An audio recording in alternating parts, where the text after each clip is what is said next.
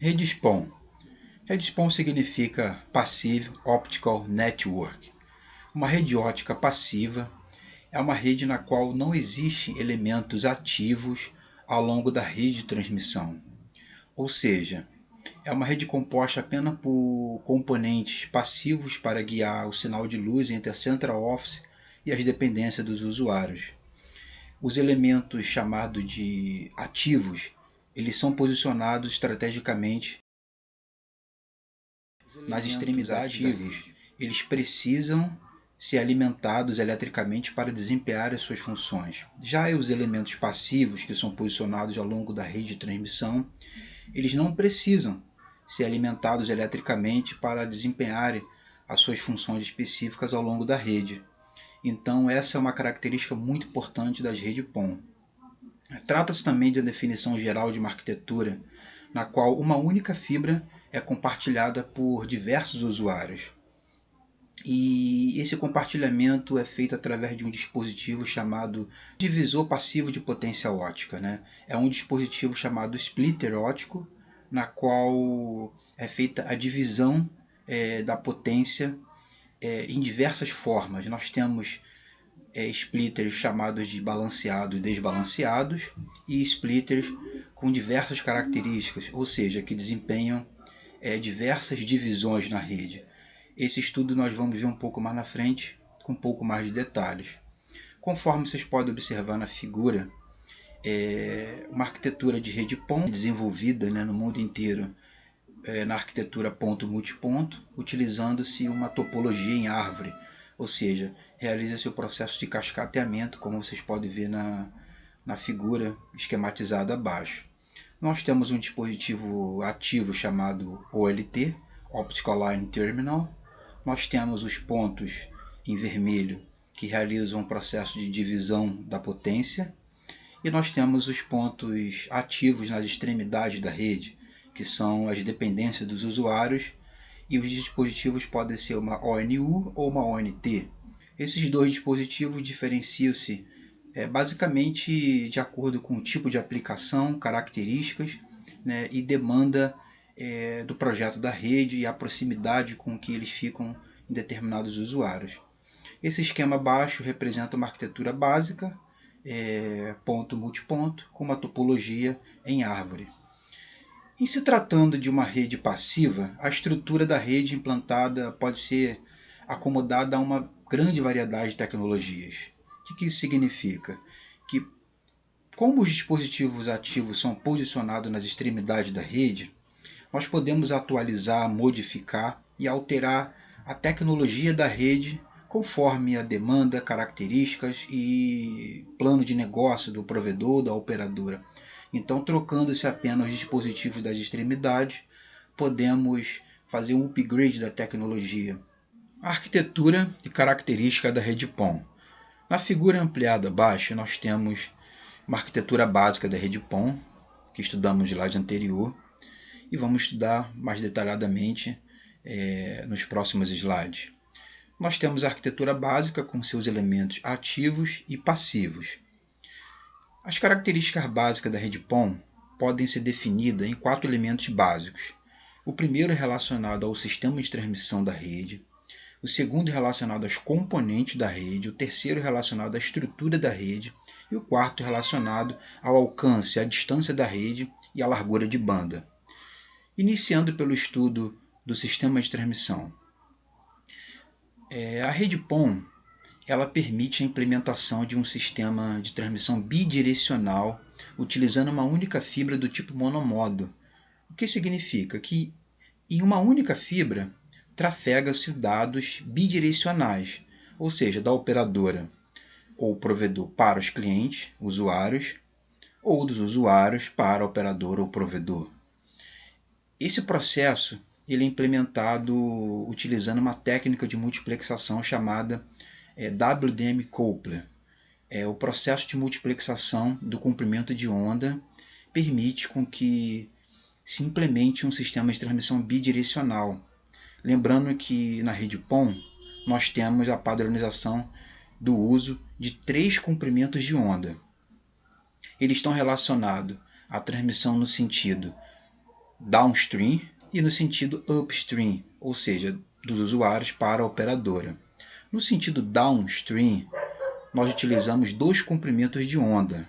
O primeiro, 1490, que é usado para tráfego de dados e voz. O segundo, comprimento de onda de 1550, que é usado exclusivamente para o tráfego de vídeo. No sentido upstream, nós temos a utilização do comprimento de onda de 1310 nanômetros, que é utilizado por todos os dispositivos, de todos os clientes utilizam esse mesmo comprimento de onda para enviar os seus dados para o dispositivo que fica posicionado na Central Office, ou OLT. Lembrando que é um desafio muito grande, porque todos os usuários utilizam o mesmo comprimento de onda e trafegam seus dados nessa faixa de comprimento de onda. E com isso surgem umas demandas e alguns desafios para a rede PON. Por isso que foi implementado e foi bem estudado como uma forma de ter uma vantagem, principalmente no sistema de implementação, a utilização de uma técnica de multiplexação chamada TDM-PON e TDMA-PON, Time Division Multiplex PON e o Time Division Multiplex Access PON. Cada técnica de multiplexação é implementada no fluxo dos dados. No sentido downstream e em modo broadcast, ou seja, para todos os usuários, é utilizado o TDM-PON. Já no sentido upstream, é utilizada a técnica do TDMA-PON, na qual é disponibilizado para cada OLT ou NU um tempo específico, que nós chamamos de time slot. Esse tempo é especificado e ele é reservado para cada ONU ou ONT enviar os seus dados, de forma o que não atrapalhe, né, o tráfego no sentido upstream. Então, é muito importante essa característica, porque tipicamente em telecomunicações, sempre que é necessário acessar um meio de transmissão compartilhado, é necessário definir uma técnica, digamos, um protocolo, né, de acesso ao meio, para que todos que utilizem esse meio sejam visíveis, né, a todos que estão ali. Foi definido, né, o sistema de transmissão e a técnica de multiplexação TDM e TDMA-PON para utilizar o meio de forma compartilhada. Um outro aspecto bastante importante é que a rede PON ela fornece acesso de banda larga. Um outro elemento bastante importante também está relacionado aos componentes da rede. Outro aspecto importante é os componentes da rede. Nós temos os componentes ativos, OLT, ONU ou ONT, e nós temos os elementos passivos que são implementados e distribuídos ao longo da rede de transmissão. Vamos estudar um pouco mais de detalhes, mas a nível de sistema é importante definir esses componentes. Um outro elemento muito importante está relacionado à estrutura da rede. A rede PON ela é dividida em algumas zonas, né, para se caracterizar e entender melhor a implementação do sistema.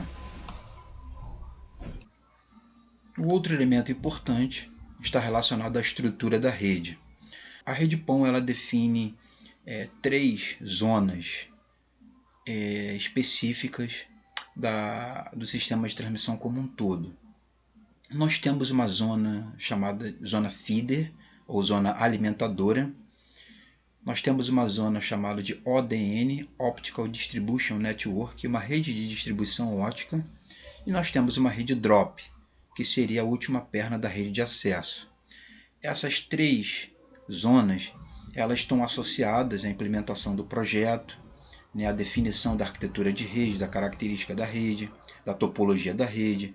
Então, dependendo do nível de complexidade do projeto e da implementação da rede, é bem definido, né, a utilização dessas zonas de forma um pouco mais detalhadas. A primeira zona, feeder ou alimentadora, ela está relacionada ao primeiro ponto, a alimentação da rede de acesso como um todo, que ela basicamente se inicia no dispositivo OLT, que fica na Central Office, até o primeiro ponto de divisão de potência ótica. O primeiro splitter posicionado na rede externa. Então essa rede alimentadora ela pode se expandir ou ela pode ser uma rede alimentadora mais simples. Nós temos uma rede de distribuição que é a ODN, na qual nós temos todos os elementos passivos, os distribuidores, nós temos os divisores de potência, nós temos as caixas de atendimento, todos os elementos que são posicionados ao longo da rede de transmissão, nós chamamos de ODN. Lembrando que, definindo as características, nós estamos fazendo uma análise mais sistêmica, né? Estudando como um todo as características da rede. E por fim, nós temos aspectos relacionados ao alcance da rede, né? E a largura de banda. A rede PON especifica uma distância máxima de 20 km, podendo variar um pouco, mas na prática até 20 km. Dependendo do tipo e complexidade da rede, nós podemos inclusive ter a diminuição dessa distância, desse alcance. Lembrando que cada tecnologia da rede PON define, né, o incremento e a utilização de determinadas taxas de transmissão. Com isso, melhorando a implementação do sistema a fim de atender maiores larguras de bandas para os clientes. Um ponto bastante importante está relacionado à divisão da potência, ou os splitters óticos, é o fato de termos tipos de divisores de potência ótica disponível padronizada na rede PON. Podemos realizar esse processo de divisão de 1 para 2, de 1 para 4, de 1 para 8, de 1 para 16, de 1 para 32, de 1 para 64 em norma. Alguns dispositivos, equipamentos, alguns fabricantes especificam inclusive a implementação de uma divisão de 1 para 128, por exemplo. A maioria de provedores regionais utilizam uma razão de divisão de 1 para 128. E lembrando que operadoras ofertando maiores serviços, maiores taxas de transmissão, trabalham especificamente com até 64 divisões. Ou seja, na prática com uma razão de splitagem de 1 para 64, relacionada principalmente à sua estratégia de negócio e ao tipo de serviços que são trafegados na rede. Existem uns fatores que nós chamamos de fatores limitantes da rede. O primeiro é a taxa de transmissão, ou seja, existem fenômenos que podem impactar na taxa de transmissão, né? Nós podemos impactar na redução da taxa de transmissão através de um fenômeno chamado de dispersão cromática, principalmente na rede PON, que seria um alargamento temporal dos pulsos. E também o aspecto relacionado à perda de potência, ou seja, a redução da potência ótica ao longo da rede de transmissão. Então, é bastante importante ter em mente, principalmente um projetista, entender que existe uma correlação entre taxa de transmissão e distância. Um fator impactante na taxa seria a dispersão, um fator impactante na distância, no alcance, seria a atenuação, através do fenômeno da redução de potência ótica ao longo da distribuição da rede.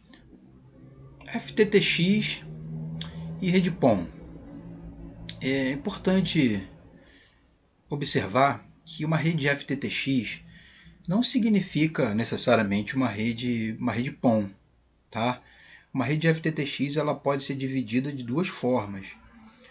Ela pode ser dividida no uso de uma arquitetura ponto a ponto, na qual vocês podem observar na imagem, e uma arquitetura ponto multiponto, uma rede PON que se beneficia desse tipo de arquitetura de rede.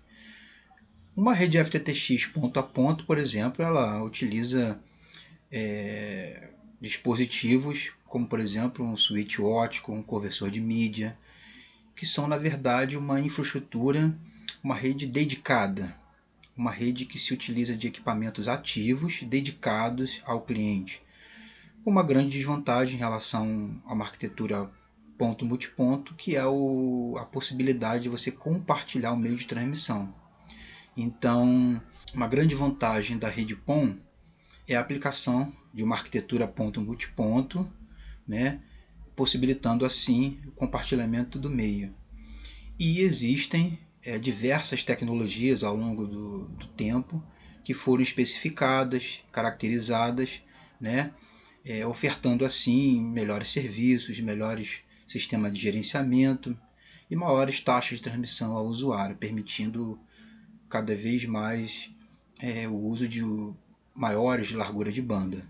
Nós temos ali abaixo tecnologia APON, HM-PON, BPON, Broadband PON, o EPON, né, o Ethernet PON, e o GPON, Gigabit PON. Então a evolução básica, né, dessas tecnologias permite o acesso a maiores taxas de transmissão. Um fator muito importante é relacionado às alterações que estão ocorrendo no mercado. Nós temos uma migração da rede metálica para uma rede GPON, que impõe diversos desafios para os provedores hoje, tá, pessoal? Então, por serem redes legadas, redes metálicas apresentam diversas complexidades, principalmente nesse processo de migração e transição da rede. E é um desafio hoje para diversas operadoras. Então, cada um com a sua particularidade, com seus desafios, os provedores com desafios bem específicos, as operadoras realmente com desafios maiores, com desafios mais complexos.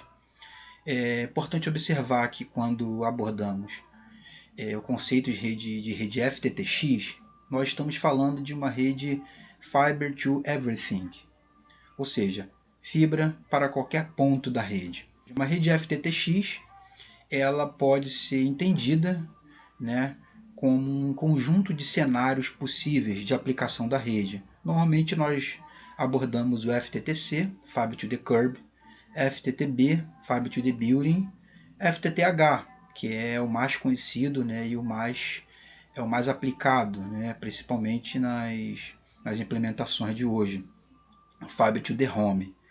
Então, basicamente, falar de FTTX é abordar diferentes cenários possíveis de aplicação da rede.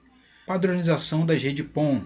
Nós temos na figura abaixo o esquema que mostra o desenvolvimento de várias tecnologias do padrão PON ao longo da história. O termo XPON ou XPON ele está associado à aplicação e o uso dessas diversas tecnologias ao longo do tempo. Nós temos o padrão TPON, desenvolvido bem no início das tecnologias PON, especificado no padrão G982. Nós temos o padrão APON ou BPON, né, especificado na norma G983.x, APON de HM-PON e BPON de Broadband PON. Nós temos a tecnologia EPON ou Ethernet PON, especificado na norma do I3E 802.3AH. Inclusive, é uma tecnologia bem requisitada e bem aplicada hoje nos cenários dos provedores. Dependendo da complexidade, demanda do projeto e da sua rede, é muito recomendada a utilização ainda das redes EPON, que atende muitos serviços, muitos modelos de negócio. Nós temos a tecnologia GPON, Gigabit PON, especificada pela norma G98.4. Nós temos a especificação da norma de nova geração, das redes NG-PON, nova geração PON, que é padronizada na norma G987, que inclusive incrementa e utiliza novas taxas de transmissão da ordem dos 10 gigabits por segundo, tanto simétrico quanto assimétrico. Nós temos, por fim, o desenvolvimento da tecnologia NG-PON2, que é estabelecido pelo padrão G989.x e todo o seu conjunto de famílias. Lembrando que essa norma consolida uma série de estudos, né, e definições, principalmente relacionada ao uso do esquema de multiplexação híbrida, o TWDM-PON, que inclusive podemos estudar com mais profundidade em outra aula. E é muito importante observar que existe um grande desafio relacionado a um cenário de coexistência das tecnologias GPON com a NG-PON. É um desafio devido ao uso do comprimento de onda em faixas bem parecidas, né, bem próximas e muitas das vezes que se coincidem. Então, a utilização de estratégias específicas é muito considerada, principalmente em grandes operadoras, para se trabalhar com um cenário de coexistência.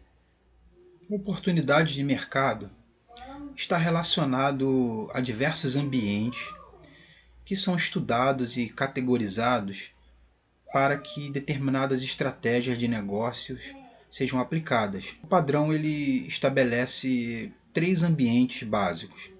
O primeiro, chamado de Greenfield, o ambiente chamado de Campo Verde, é um ambiente na qual nós temos um cenário bem novo, né, de implementações da rede. Nós temos a construção de estradas, de postes, de avenidas, de ruas, de prédios completamente novos. Então é considerado um ambiente bem favorável para a expansão da rede ótica. Temos um ambiente chamado de overbuild, que seria um excesso na construção. Seria um conjunto de redes legadas, já estruturadas, cabeamentos passados. É um ambiente que significa um ambiente bem mais saturado, né? Um ambiente na qual a aplicação de concorrência na oferta de serviços é bem favorável, considerando que existe um custo um pouco mais alto, né? A aplicação de uma estratégia de negócio dentro desse ambiente, porém é muito considerada devido ao ambiente que nós vivemos, principalmente entre operadoras e provedores. Temos também um ambiente chamado de refurbishment, que é um ambiente de remodelação. É um ambiente de completa modificação da rede, na qual operadores ou operadoras implementam estratégias de migração da rede por completo, ou seja, uma retirada de uma rede legada e a implementação, passagem de cabeamento e aplicação de uma rede nova.